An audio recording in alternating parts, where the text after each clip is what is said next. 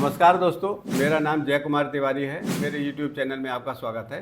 दोस्तों, मैं department of housing and urban planning government of Uttar Pradesh से रिटायर्ड असिस्टेंट इंजीनियर हूँ।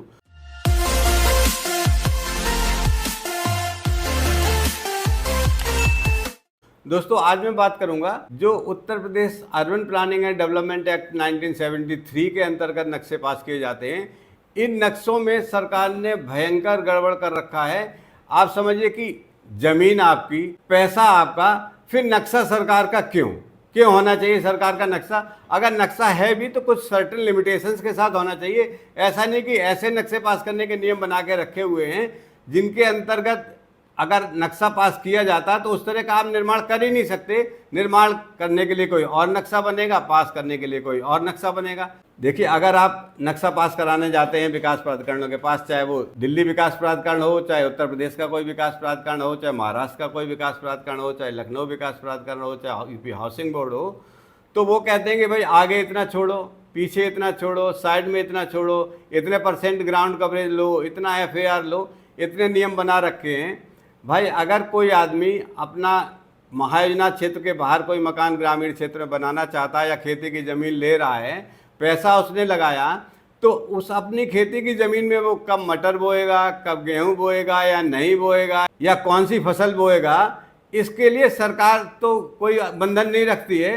तो शहर के अंदर सरकार का इतना तगड़ा बंधन क्यों है कि अगर आप कोई मकान बनाना चाह रहे हो अपनी ज़मीन में अपने पैसे से, प्लॉट आपने विकास प्राधिकरण से खरीदा, मकान आप बनाना चाह रहे हो, रेजिडेंशियल प्लॉट है तो रेजिडेंशियल बनाना चाह रहे हो, तो फिर आगे 3 मीटर छोड़ना है, पीछे 3 मीटर छोड़ना है, साइड में 1.5 मीटर छोड़ना है और इतने ऊंचाई तक बनाना है।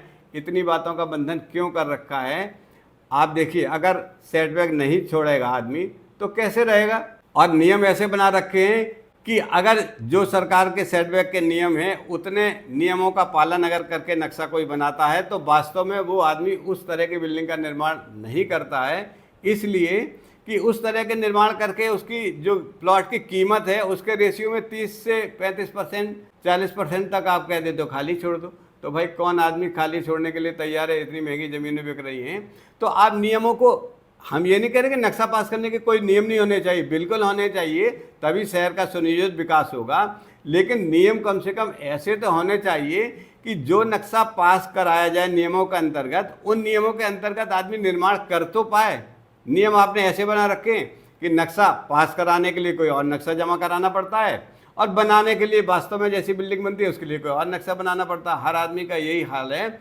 और उसके बाद विकास प्राधिकरण बीच में आ जाता है कि जब बनता है कि भाई आपने तो नक्शे के अनुसार बनाया नहीं बनाया, तो इसके लिए जिम्मेदार कौन है? आपने इतने कठिन नियम क्यों बना रखे हैं कि वो 30 से 40% ज़मीन छोड़ने को विवश हो रहा है? तो ऐसे तो कोई नहीं कर पाएगा। तो आपको अब ये नियम जो पुराने UP urban planning and development act 1973 के अंतर्गत बनाए गए थे, जितने सेटबैक छोड़ने या पहले RBU एक्ट चल रहा था उसके अनुसार सेटबैक बनाए गए थे, FAR और कवरेज बनाई गई थी, इन नियमों में आज आपको संशोधन करना ही चाहिए और करना ही पड़ेगा। अब वो समय आ गया है। आज भी आप देखिए 300 वर्ग मीटर तक के भूखंडों पर, आवासीय भूखंडों पर साइड सेटबैक ख़त्म कर दिया गया है, लेकिन पुरानी योजनाओं में उस साइड सेटबैक ख़त्म करने का कोई लाभ नहीं दिया जा रहा। वहाँ आपको छोड़ना ही छोड़ना है। तो अगर आप वहाँ छोड़ना की बात कर रहे हैं तो आदमी कैसे छोड़ेगा जब आज आपने बंद कर दिए? तो आज वाले नियम सब जगह एक समान लागू क्यों नहीं किए जा रहे हैं? साइड सेटबैक ख़त्म क्यों नहीं किया जा रहा है? एक बात, हाँ, कुछ चीज़ों पे आप बंधन लगा सकते हैं। नक्शा पास करने का हम विरोध नहीं कर रहे हैं, नक्शा पास करने की क्रिया आप करिए, लेकिन UP urban planning and development act 1973 जो इतना पुराना होगा उसके अंतर्गत जो नियम बने हुए उनको आप चेंज करिए आज की परिस्थितियों के अनुसार, आज ज़मीन की कीमत के अनुसार। और अब जो जनसंख्या वृद्धि देश में, प्रदेश में हो रही, उस जनसंख्या वृद्धि को मीट आउट करने के लिए, आवासीय सुविधा उपलब्ध कराने के लिए, कम प्लॉट एरिया पर भी उसके आवास के रहने की पर्याप्त व्यवस्था हो सके, जो नियम है उसके अनुसार सेटबैक में परिवर्तन करना चाहिए, FAR और ग्राउंड कवरेज में परिवर्तन करना चाहिए। अब हम प्रमुख बिंदुओं पर बात करते हैं, कौन कौन से बिंदुओं पर आप कंट्रोल कर सकते हो। हाँ, अगर आप ये बात करते हैं कि भाई रेन वाटर हार्वेस्टिंग के लिए हमें पिट बनाने की आवश्यकता है, आप बनाने के लिए उस नक्शे में प्रोविजन कर सकते हो। भाई, वाटर टेबल जो ग्राउंड की है वो ऊपर होगी, ज़मीन के अंदर वर्षा जल का संचयन होगा, सरकार की नीड है और आम आदमी की पर्यावरणीय सुख के अनुसार भी नीड है। आप रेन वाटर हार्वेस्टिंग कंपलसरी कर दो, ये बात समझ में आती है, इसमें कोई दिक्कत नहीं है। आप अगर रिक्वायर्ड हाइट के ऊपर या रिक्वायर्ड कवर्ड एरिया के ऊपर सोलर पैनल लगाने के लिए, सोलर वाटर हीटिंग सिस्टम लगाने के लिए, सोलर लाइट लगाने के लिए बंधन रखना चाहते हो तो आप सोलर की कंपलसरी कर सकते हो, इसमें कोई दिक्कत नहीं है। क्योंकि अब सौर ऊर्जा का प्रयोग करके अगर बिजली की बचत, देश का विकास हो सकता है इसके माध्यम से, तो आप कर सकते हो, इसमें कोई दिक्कत नहीं है। हाँ, अगर आप ये कह सकते हो कि आप अपने प्लॉट की बाउंड्री की सीमा रेखा के बाहर कोई सड़क पर छज्जा नहीं निकालोगे, ये बात आपकी जायज़ है, आप इतना बंधन कर सकते हो नक्शा पास करने में, कोई सड़क पर कोई आप छज्जा नहीं निकालोगे, ये बात ठीक है। आप एक बात और कर सकते हो कि अगर पार्किंग की व्यवस्था सड़क पे कोई आदमी करता है तो आप उसको रोक सकते हो कि नहीं भाई, आप अपने प्लॉट की सीमा के अंदर ही अपनी गाड़ी पार्क करने की व्यवस्था करो, ऐसा नक्शा पास करने के लिए आप उसको बाध्य कर सकते हो।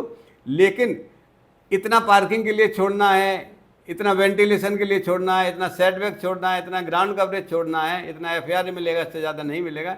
इन पुराने नियमों के बंधन को तोड़ के आप नियमों में संशोधन करके नए नियम बनाने आज की आवश्यकता है, पॉपुलेशन की डेंसिटी के हिसाब से और शहर के आर्थिक और क्षेत्र के और प्रदेश के आर्थिक विकास के लिए भी आवश्यकता है। ज़मीनों की कीमत बहुत बढ़ती जा रही है। एक बंधन और आप कर सकते हो कि भाई आप कितना मोटा अपने कॉलम को रखोगे, कितने सरिया डालोगे, कितना उसमें सीमेंट किस रेशियो का लगाओगे, मसाला किस रेशियो का बनाओगे, ताकि स्ट्रक्चर सेफ्टी हो सके, भूकंप से उस स्ट्रक्चर की सुरक्षा हो सके और उसकी लोड बियरिंग कैपेसिटी की जांच के अनुसार ही आप स्लैब की डिज़ाइन, बीम की डिज़ाइन, कॉलम की डिज़ाइन, ये आप बंधन लगा सकते हो नक्शे में, इसके स्पेसिफिकेशन मांग सकते हो, ये बंधन ठीक है, इसमें कोई दिक्कत नहीं है।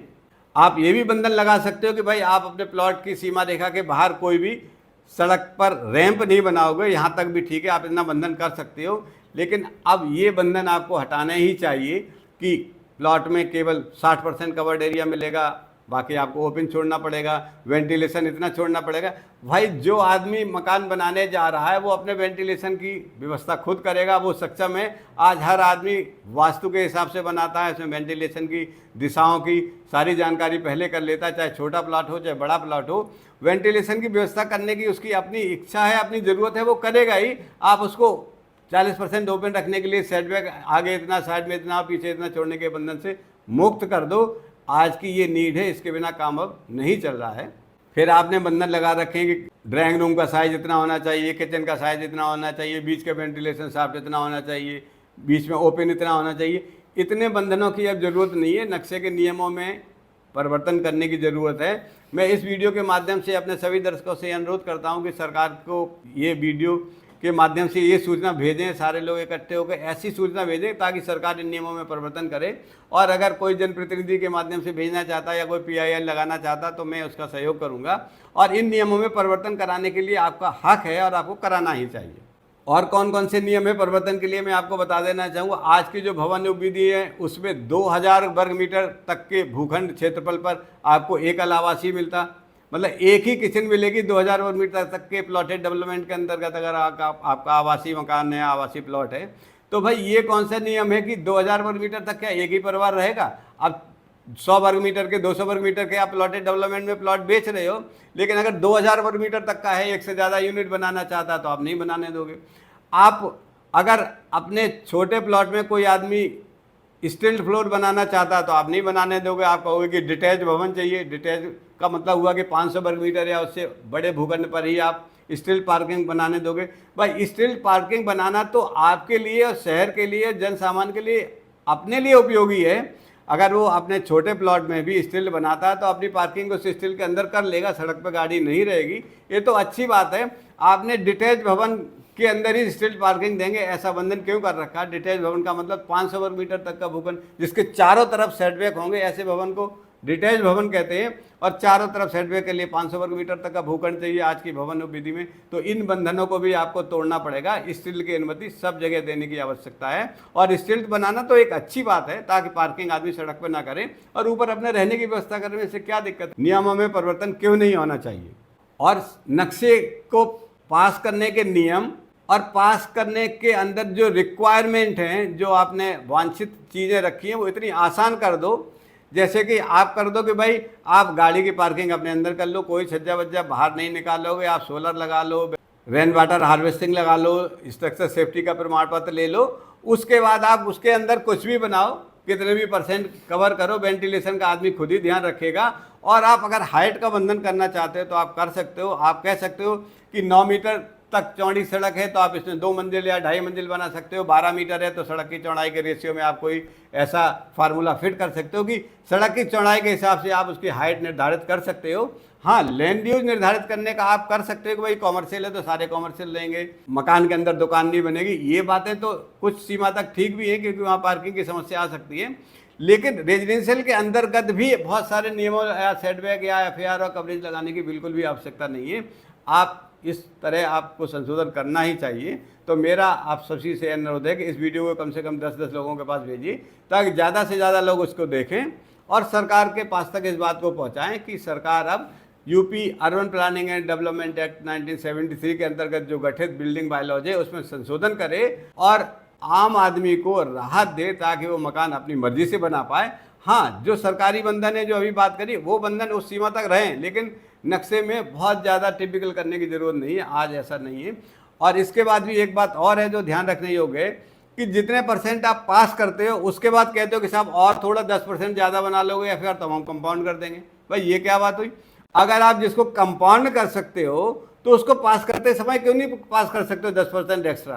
कंपाउंड का क्या मतलब? ये तो एक खुली भ्रष्टाचार की लूट है सरकारी सिस्टम की कि पहले बनाने नहीं देंगे, फिर कहेंगे आप 10% ज़्यादा कर लो, आगे 1 मीटर और बढ़ा लो, पीछे 30 सेंटीमीटर और बढ़ा लो, 10% और बढ़ा लो, साइड साइड में 25% और बढ़ा लो, हाइट भी बढ़ा लो 10% तक, तो हमें और पैसा जमा करा दो, हम इसको कंपाउंड कर देंगे, इसका समन कर देंगे। भाई ये क्या बात हुई?